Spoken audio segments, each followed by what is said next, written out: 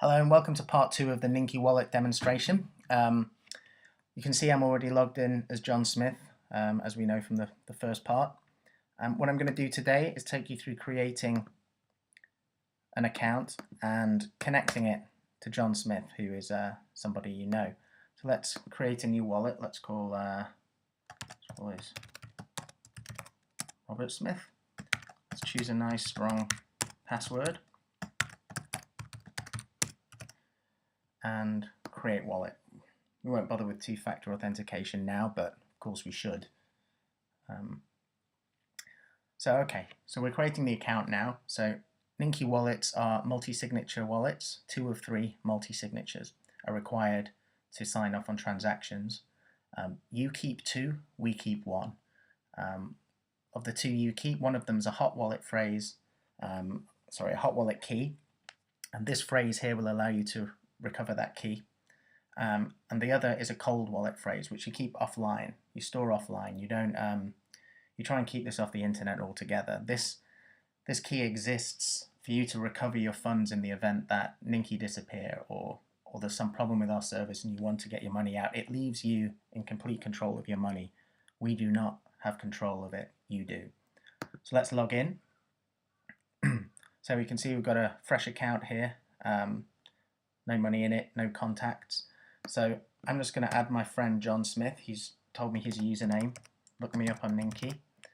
So I add John Smith and it will create a contact request for him. So if I go back to John Smith's account, we can see I have a contact request here from Robert Smith, which I accept. This in turn will create a reciprocal request, which I go back and Robert Smith will accept. So John and Robert are now contacts.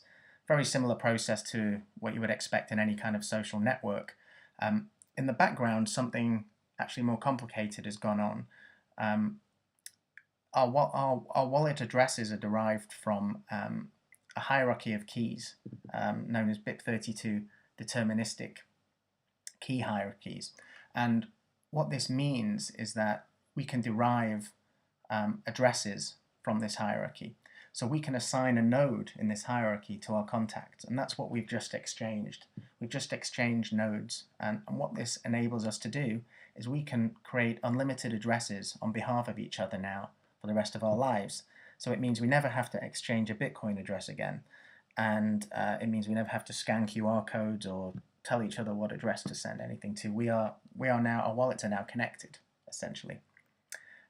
There is, however, one more important step we have to do, and we have to verify that we are actually who we say we are.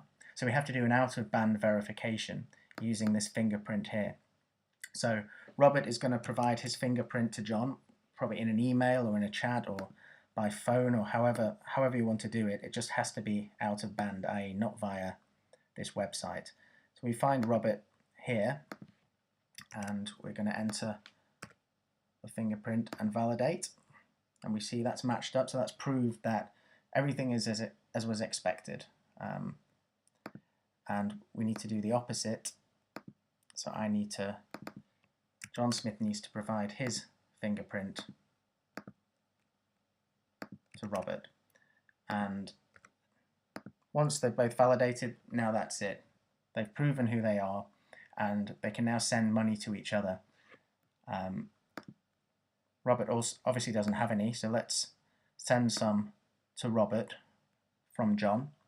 So here we are, logged in as John, and let's scroll down,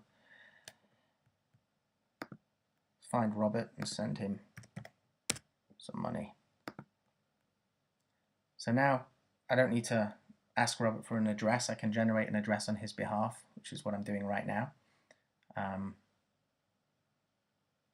There we go. I'm generating an address, generating a change address for myself, and then I'm sending the transaction to the Ninki server, who are verifying the transaction, verifying the addresses, and signing off on it. So there we see I've sent that money, and if I flick back to Robert's account, you can see he's received that money there. And his transaction history, you'll see it's 0 confirmations. And you can see it's used this address, which wasn't exchanged at all. It was generated on his behalf. by John. So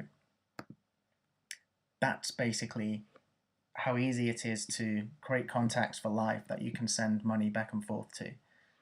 And that's the basics of a connected Ninki wallet.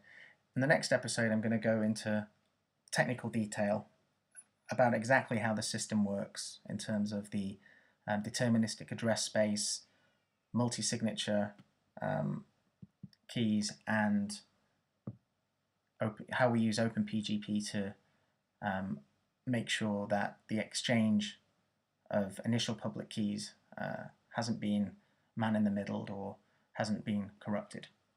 So thank you very much.